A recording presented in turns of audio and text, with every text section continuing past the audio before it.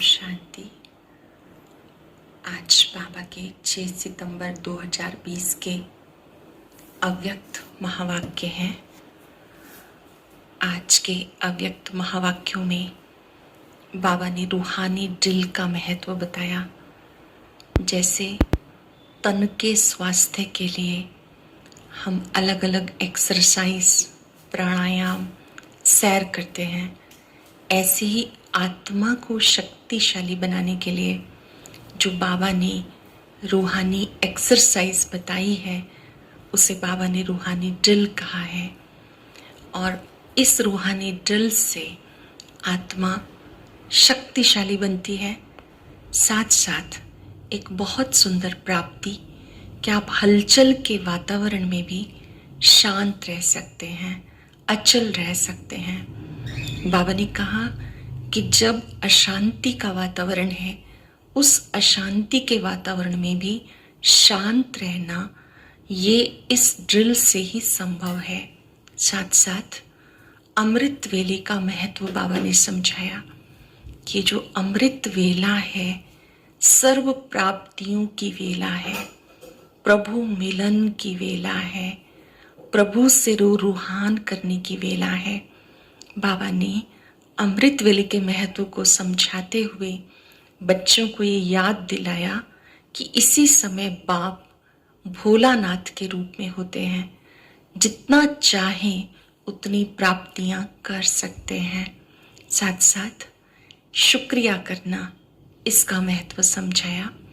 शुक्रिया करना ये भी याद की एक विधि है, बाबा से प्यार बढ़ाने की एक विधि है। अब आज के व्यक्त महावाक्यों को आप एकाग्र होकर सुनेंगे, एक एक बात को ध्यान से सुनेंगे और जो मुख्य बातें हैं उन्हें डायरी में लिखेंगे ताकि दिन में भी हम उसे बार बार रिवाइज कर सकें। अब सुनते हैं विस्तार से। मुरली का सार है रूहानी ड्रिल। बाप दादा सभी बच्चों की स्वीट साइलेंस की स्थिति को देख रहे हैं। बाप दादा सभी बच्चों की स्वीट साइलेंस की स्थिति को देख रहे हैं। एक सेकंड में साइलेंस की स्थिति में स्थित हो, ये प्रैक्टिस कहाँ तक की है? एक सेकंड में साइलेंस में स्थित हो जाने की प्रैक्टिस कहाँ तक की है? इस स्थिति में जब चाहें तब स्थित हो सकते हो या समय लगता है? स्वीट साइलेंस की स्थिति में स्थित हो सकते हो या समय लगता है? क्योंकि अनादि स्वरूप स्वीट साइलेंस है। जब हम परम धाम में थे, आदि से भी पहले का स्वरूप अनादि, तो बाबा कहते वहां आपकी स्थिति स्वीट साइलेंस की है। आदि स्वरूप आवाज में आने का है, लेकिन अनादि अविनाशी संस्कार साइलेंस है। तो अपने अनादि संस्कार, अनादि स्वरूप को, अनादि स्वभाव को जानते हुए जब चाहो तब उस स्वरूप में स्थित हो सकते हो। अनादि स्वरूप जब हम परम धाम में थे, अपने उस स्वरूप को, संस्कार को, स्वभाव को जानते हुए जब चाहो उस स्वरूप में स्थित हो सकते हो। 84 जन्म आवाज में आने के हैं, इसलिए सदा अभ्यास आवाज में आने का है। लेकिन अनादि स्वरूप और फिर इस समय चक्र पूरा होने के कारण वापस साइलेंस होम में जाना है। अब चक्र पूरा हो रहा है, वापस साइलेंस होम में जाना है। अब घर जाने का समय समीप है। अब आदि, मध्य, अंत तीनों ही काल का पार्ट समाप्त कर अपने अनादि स्वरूप, अनादि स्थिति में स्थित होने का समय है। इसलिए इस समय यह अभ्यास ज्यादा आवश्यक है, क्योंकि वापस घर जाना है, साइलेंस वर्ल्ड में जाना है। तो जाने के समय पर यह अभ्यास ज्यादा आवश्यक है। अपने आप को चेक करो, कर्म इंद्रिय जीत बने हो, आवाज में नहीं आना चाहें तो ये मुख का आवाज अपनी तरफ खींचता तो नहीं? इसी को रूहानी ड्रिल कहा जाता है। जैसे वर्तमान समय के प्रमाण शरीर के लिए सर्व बीमारियों का इलाज एक्सरसाइज सिखाते हैं, इस समय आत्मा को शक्तिशाली बनाने के लिए ये रूहानी एक्सरसाइज का अभ्यास चाहिए। ध्यान से समझेंगे इस बात को। हम सभी को रूहानी एक्सरसाइज करनी है। आत्मा को जिस स्थिति में स्थित करना चाहें वहां एकाग्र कर सकें। अभी अभी कहा परम धाम की शांत स्थिति में स्थित हो जाओ, तो वहां स्थित हो जाएं। बाबा ने कहा ये अभ्यास आत्मा के लिए आवश्यक है। जैसे शरीर के लिए सर्व बीमारियों का इलाज एक्सरसाइज है, इस समय आत्मा को शक्तिशाली बनाने के लिए ये रूहानी एक्सरसाइज का अभ्यास चाहिए। चारों ओर कैसा भी वातावरण हो, हलचल हो, आवाज में रहते आवाज से परिस्थिति का अभ्यास बहुत काल का चाहिए। कैसा भी वातावरण हो, हलचल का हो, आवाज से परिस्थिति का अभ्यास बहुत काल का चाहिए। शांत वातावरण में शांति की स्थिति बनाना ये कोई बड़ी बात नहीं है। अशांति के बीच आप शांत रहो, ये अभ्यास चाहिए। अशांति के वातावरण में भी आप शांत रहो, ये अभ्यास चाहिए। ऐसा अभ्यास जानते हो, चाहे अपनी कमजोरियों की हलचल हो, संस्कारों के व्यर्थ संकल्पों की हलचल हो, ऐसे हलचल के समय स्वयं को अचल बना सकते हो या टाइम लग जाता है? क्योंकि टाइम लगना ये कभी भी धोखा दे सकता है। समाप्ति के समय में ज्यादा समय नहीं मिलना। फाइनल रिजल्ट का पेपर कुछ सेकंड कुछ मिनट का ही होना है। जो लास्ट एग्जाम होना है कुछ मिनट कुछ सेकंड का ही होना है। लेकिन चारों ओर के हलचल के वातावरण में अचल रहने पर नंबर मिलने हैं। ध्यान देंगे, शांति के वातावरण में शांत होना बड़ी बात नहीं, अशांति के वातावरण में अचल अडोल रहना ये बड़ी बात है। अगर बहुत काल हलचल की स्थिति से अचल बनने में समय लगने का अभ्यास होगा तो समाप्ति के समय क्या रिजल्ट होगी? अगर बहुत काल लगेगा तो बाबा कहते फिर क्या रिजल्ट होगी?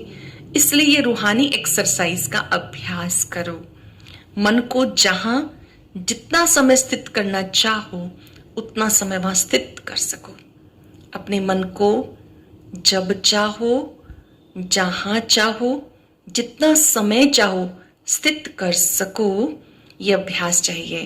फाइनल पेपर है बहुत सहज और पहले से बता देते हैं कि ये पेपर आना है, लेकिन नंबर बहुत थोड़े समय में मिलना है। स्टेज भी पावरफुल हो, देह देह के संबंध, देह के संस्कार, व्यक्ति, वैभव, वाइब्रेशन, वायुमंडल सब होते कुछ भी आकर्षित ना करे। कितनी बड़ी साधना है। देह के संबंध, पुराने संस्कार, व्यक्ति, वैभव, वाइब्रेशन, वायुमंडल सब होते हुए कुछ भी आकर्षित ना करे, इसको कहते हैं नष्टो मोहा समर्थ स्वरूप।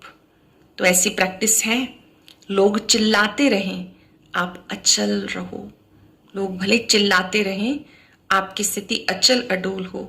प्रकृति भी, माया भी सब लास्ट दाव लगाने के लिए अपनी तरफ कितना भी खींचे, लेकिन आप न्यारे बाप के प्यारे बनने की स्थिति में लवलीन रहो। इसको कहा जाता देखते हुए ना देखो, सुनते हुए ना सुनो, ऐसा अभ्यास हो। देखते हुए ना देखो, सुनते हुए ना सुनो, ऐसा अभ्यास हो।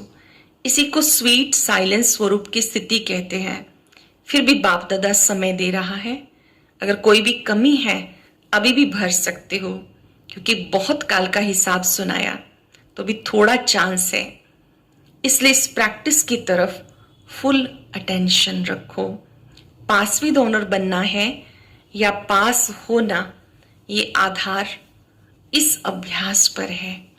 पासवी डोनर होना या केवल पास होना, ये बाबा कहते इस अभ्यास पर ही निर्भर है। कौन सा अभ्यास? जब चाहो, जहां चाहो अपने मन को एकाग्र कर सको, ऐसा अभ्यास है। समय की घंटी बजे तो तैयार होंगे या अभी सोचते हो कि तैयार होना है?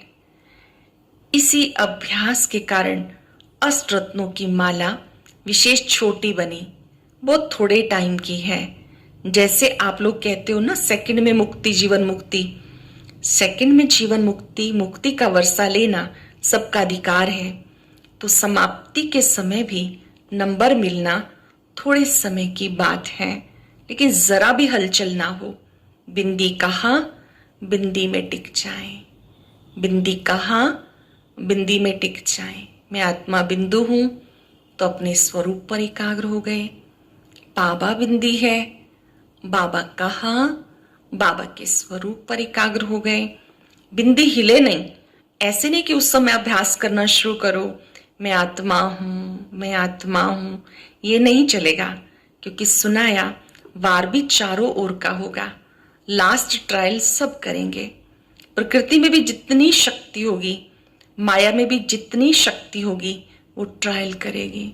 प्रकृति के पांचों तत्व, माया, उनमें जितनी ताकत है वो ट्रायल करेंगे। उनकी भी लास्ट ट्रायल और आपके लास्ट कर्मातीत, कर्म बंधन मुक्त स्थिति होगी। उनके लास्ट ट्रायल और आपकी लास्ट कर्मातीत, कर्म बंधन मुक्त स्थिति होगी। दोनों तरफ की बहुत पावरफुल सीन होगी। वह भी फुल फोर्स, ये भी फुल फोर्स। एक तरफ प्रकृति और माया का फुल फोर्स और आपका भी कर्मातीत, कर्म बंधन मुक्त का ये भी फुल फोर्स। लेकिन सेकंड की विजय, विजय के नगाड़े बजाएगी। समझा लास्ट पेपर क्या है? अमृत वेला श्रेष्ठ प्राप्तियों की वेला है। आज बाबा अमृत वेले का महत्व बता रहे हैं। ये अमृत वेला क्या है? विशेष प्राप्तियों की वेला है। रूहानी बागवान अपने रूहानी रोज फ्लावर्स को देख रहे हैं। बाबा हम सबको किस रूप में देख रहे हैं? रोज फ्लावर्स, गुलाब के फूल का चित्र सामने लाएं, चिंतन करें, मैं बाबा का चैतन्य रूहानी गुलाब हूं। ऐसा रूहानी गुलाब का बगीचा इस संगम युग पर बाप दादा द्वारा बनता है। बाप दादा हर एक रूहानी गुलाब के फूल की रूहानियत की खुशबू और रूहानियत के खिले हुए पुष्पों की रौनक देख रहे हैं। जब आप स्वयं को रूह समझते हैं, अभ्यास करते हैं रूह समझने का, तो आप में जो निखार आता है उसे रूहानियत कहते हैं। बाप दादा हर एक रूहानी गुलाब के फूल की रूहानियत की खुशबू और रूहानियत के खिले हुए पुष्पों की रौनक देख रहे हैं। खुशबूदार सभी हैं, लेकिन किसकी खुशबू सदाकाल रहने वाली है, किसकी खुशबू थोड़े समय के लिए रहती है। कोई गुलाब सदा खिला हुआ, कोई कभी खिला हुआ, कभी थोड़ा सा धूप या मौसम के हिसाब से मुरझा भी जाते हैं, लेकिन है फिर भी रूहानी बागवान के बगीचे के रूहानी गुलाब। कोई कोई बच्चे तो सदा रूहानी गुलाब है, कोई कोई पे थोड़ा सा असर आ जाता है, बातों का असर आ जाता है, जिसको बाबा ने कहा धूप का मौसम का असर हो जाता। कोई कोई रूहानी गुलाब में ज्ञान की खुशबू विशेष है, कोई में याद की खुशबू विशेष है। ध्यान से समझेंगे, बाबा ने हम सबको गुलाब के पुष्प के रूप में देखा। किसी किसी में तो बाबा ने कहा ज्ञान की खुशबू है, किसी में विशेष याद की खुशबू है। कोई बच्चा तो ज्ञान में होशियार है, कोई याद की सब्जेक्ट में होशियार है, कोई में धारणा की खुशबू है, कोई में सेवा की खुशबू विशेष है। कोई कोई ऐसे भी हैं, कैसे, जो सर्व खुशबू से संपन्न है। किसी किसी में तो कोई विशेष खुशबू है और कोई कोई सर्व खुशबू से विशेष है, मतलब उनका चारों ही सब्जेक्ट पे ध्यान है, ज्ञान, योग, धारणा, सेवा। तो बगीचे में सबसे पहले नजर किसके ऊपर जाएगी? बाबा की नजर सबसे पहले किसके ऊपर जाएगी? जिसकी दूर से खुशबू आकर्षित करेगी, उस तरफ ही सबकी नजर पहले जाती है। तो रूहानी बागवान सदैव सभी रूहानी गुलाब के पुष्पों को देखते हैं। बाबा किसे देखते हैं? रूहानी गुलाब के पुष्पों को देखते हैं। लेकिन नंबरवार प्यार भी सबसे है, क्योंकि हर एक गुलाब पुष्प के अंदर बागवान के प्रति अति प्यार है। सबके मन में बाबा के लिए अति प्यार है। मालिक से पुष्पों का प्यार है और मालिक का पुष्पों से प्यार है। फिर भी शोकेस में सदा रखने वाले रूहानी गुलाब वही होते हैं। कौन होते हैं? शोकेस में कौन से गुलाब रखे जाते हैं? जो सदा सर्व खुशबू से संपन्न है, जिनका सभी सब्जेक्ट पे पूरा ध्यान है, सभी खुशबू से संपन्न है, ज्ञान योग धारणा सेवा और सदा खिले हुए हैं, मुरझाए हुए कभी नहीं। रोज अमृत वेले बाप दादा स्नेह और शक्ति की विशेष पालना से सभी रूहानी गुलाब के पुष्पों से मिलन मनाते हैं। नोट करेंगे बाबा की बात। अमृत वेले बाबा स्नेह और शक्ति की विशेष पालना से सभी रूहानी गुलाब के पुष्पों से मिलन मनाते हैं। अमृत वेला विशेष प्रभु पालना की वेला है। अमृत वेले विशेष परमात्मा मिलन की वेला है। रूहानी रूहान करने की वेला है। रूहानी रूहान अर्थात उसी समय आत्मा परमात्मा से बातचीत करती है, रूहान करती है। अमृत वेले भोले भंडारी के वरदानों के खजानों से सहज वरदान प्राप्त होने की वेला है। ये वेला सहज रूप से वरदान पाने की वेला है। जो गायन है मन इच्छित फल प्राप्त करना, वो इस समय अमृत वेले के समय का गायन है। मन इच्छित फल अमृत वेले प्राप्त होता है। बिना मेहनत के खुले खजाने प्राप्त करने की वेला है। ऐसे सुहावने समय को अनुभव से जानते हो ना। ध्यान देंगे हम बाबा की बात पर। बाबा ने कहा जो बाबा ने विशेषताएं बताई कि रूहान करने की वेला है, परमात्मा पालना की वेला है, स्नेह और शक्ति प्राप्त करने की वेला है, इसे आप अनुभव से जानते हो ना। आपने ये फील किया है ना, स्वयं महसूस किया है ना। ये सब प्राप्तियां होती हैं। अनुभवी ही जाने इस श्रेष्ठ सुख को, श्रेष्ठ प्राप्ति को। तो बाप दादा सभी रूहानी गुलाब को देख देख हर्षित हो रहे हैं। बाप दादा भी कहते हैं वाह मेरे रूहानी गुलाब। बाबा क्या कहते हैं? वाह मेरे रूहानी गुलाब। आप वाह वाह के गीत गाते, बाप दादा भी यही गीत गाते। आप वाह वाह के गीत गाते, बाप दादा भी यही गीत गाते। समझा? मुरलियां तो बहुत सुनी, सुन सुनकर संपन्न बन गए। अब महादानी बन बांटने का प्लान बना रहे हो ना। जो कुछ सुना अब उसे बांटना है, महादानी बनना है। ये उमंग बहुत अच्छा है। आज यूके अर्थात ओके रहने वालों का टर्न है। डबल विदेशियों का एक शब्द सुनकर बाप दादा सदा मुस्कुराते हैं। वो कौन सा शब्द है जिसे बाप दादा सुनते हैं और मुस्कुराते हैं और विदेशी उसे बार बार यूज करते हैं? वो शब्द है थैंक यू। थैंक यू करते हुए भी बाबा को याद करते रहते हैं, क्योंकि सबसे पहले शुक्रिया दिल से बाप का ही मानते हैं। सबसे पहला शुक्रिया बाबा का ही मानते हैं। तो जब किसी को थैंक यू करते हो तो पहले बाप याद आएगा ना। ब्राह्मण जीवन में पहला शुक्रिया किसके लिए निकलता है? ब्राह्मण जीवन में पहला शुक्रिया स्वतः बाबा के प्रति निकलता है। उठते बैठते अनेक बार थैंक यू कहते हो। बार बार क्या कहते हैं? शुक्रिया बाबा, शुक्रिया। बाबा ने जगाया तो भी हम कहते हैं शुक्रिया बाबा। ब्रह्म भोजन किया, शुक्रिया बाबा। कितनी बार थैंक यू कहते हो? ये भी एक विधि है बाबा को याद करने की। यूके वाले सर्व भिन्न भिन्न हद की शक्तियों वालों को मिलाने के निमित्त बने हुए हो। अनेक प्रकार की नॉलेज की शक्तियां हैं। भिन्न भिन्न शक्ति वाले, भिन्न भिन्न वर्ग वाले, भिन्न भिन्न धर्म वाले, भाषा वाले, सबको मिलाकर एक ही ब्राह्मण वर्ण में लाना, ब्राह्मण धर्म में, ब्राह्मण भाषा में आना। भले अलग अलग कल्चर वाले हैं, जब बाबा के बन जाते हैं तो ब्राह्मण कहलाते हैं। ब्रह्मा मुख वंशावली ब्राह्मण। ब्राह्मणों की भाषा भी अपनी है, जो नए समझ भी नहीं सकते कि ये क्या बोलते हैं। तो ब्राह्मणों की भाषा, ब्राह्मणों की डिक्शनरी ही अपनी है। तो यूके वाले सभी को एक बनाने में बिजी रहते हो ना। यूके वालों की विशेषता यज्ञ स्नेही, यज्ञ सहयोगी, आदि से रहे हैं। यही सहज योग भी है। जब हम बाबा के कार्य में मदद करते हैं तो सहयोग भी सहज योग है, योगी बनने का साधन है। सहयोग सहज योग है। सहयोग का संकल्प आने से भी याद तो बाप की रहेगी ना, तो सहयोगी सहज योगी स्वतः ही बन जाते हैं। किसी ना किसी विधि से जो सहयोगी बनते हैं सहज योगी स्वतः ही बन जाते हैं। योग बाप से होता, मधुबन अर्थात बाप दादा, तो सहयोगी बनने वाले सहयोग की सब्जेक्ट में अच्छे नंबर ले लेते हैं। दिल का सहयोग बाबा को अति प्रिय है। बाप दादा दिल का स्नेह स्वीकार करते हैं, इसलिए यादगार भी दिलवाला मंदिर बनाया है।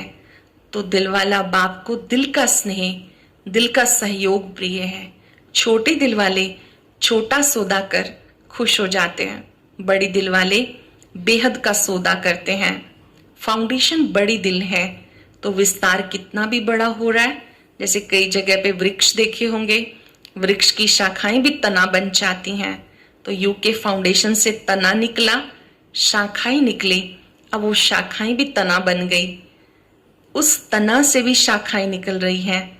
जैसे ऑस्ट्रेलिया निकला, अमेरिका, यूरोप, अफ्रीका निकला, सब तना बन गए और अब हर एक तने की शाखाएं अच्छी तरह से वृद्धि को पा रही हैं। पहले एक बड़ा सेंटर, फिर से और शाखाएं, फिर और शाखाएं निकलती जाती हैं। तो बाबा ने कहा धीरे धीरे जो तना है उससे भी शाखाएं निकलती रहती हैं, क्योंकि फाउंडेशन स्नेह और सहयोग के पानी से मजबूत है, इसलिए विस्तार अच्छा है, फल भी अच्छा है। अच्छा मीठे मीठे सिक्के लदे बच्चों प्रति माता पिता बाप दादा का याद प्यार गुड मॉर्निंग। रूहानी बाप की रूहानी बच्चों को नमस्ते। रूहानी बच्चों की रूहानी बाप दादा को नमस्ते, गुड मॉर्निंग, शुक्रिया बाबा, शुक्रिया। अब हम धारणा बिंदु सोचेंगे, आज बाबा ने कौन कौन से कार्य विशेष दिए। रूहानी ड्रिल का अभ्यास करना, जब चाहे जहां चाहे अपने मन को टिका सकें, ताकि अशांति में भी शांत रह सकें, हलचल में भी अचल रह सकें।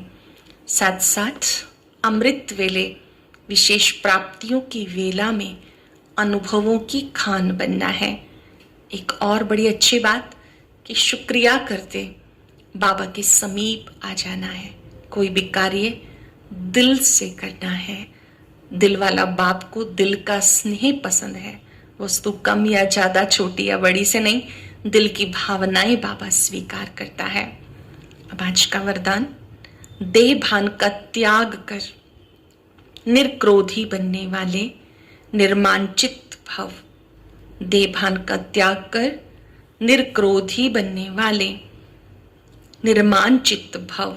जो बच्चे देह भान का त्याग करते हैं उन्हें कभी भी क्रोध नहीं आ सकता, क्योंकि क्रोध आने के दो कारण होते हैं।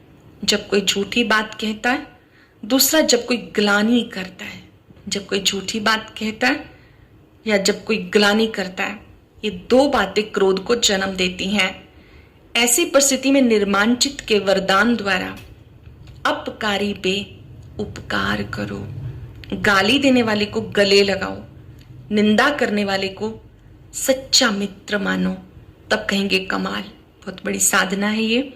जब कोई हमारी निंदा करे, अपमान करे, जब कोई ग्लानि करे, अपकारी पे उपकार करे, गाली देने वाले को गले लगाएं, निंदा करने वाले को मित्र माने, केवल शब्दों में नहीं दिल से माने, तब कहेंगे कमाल।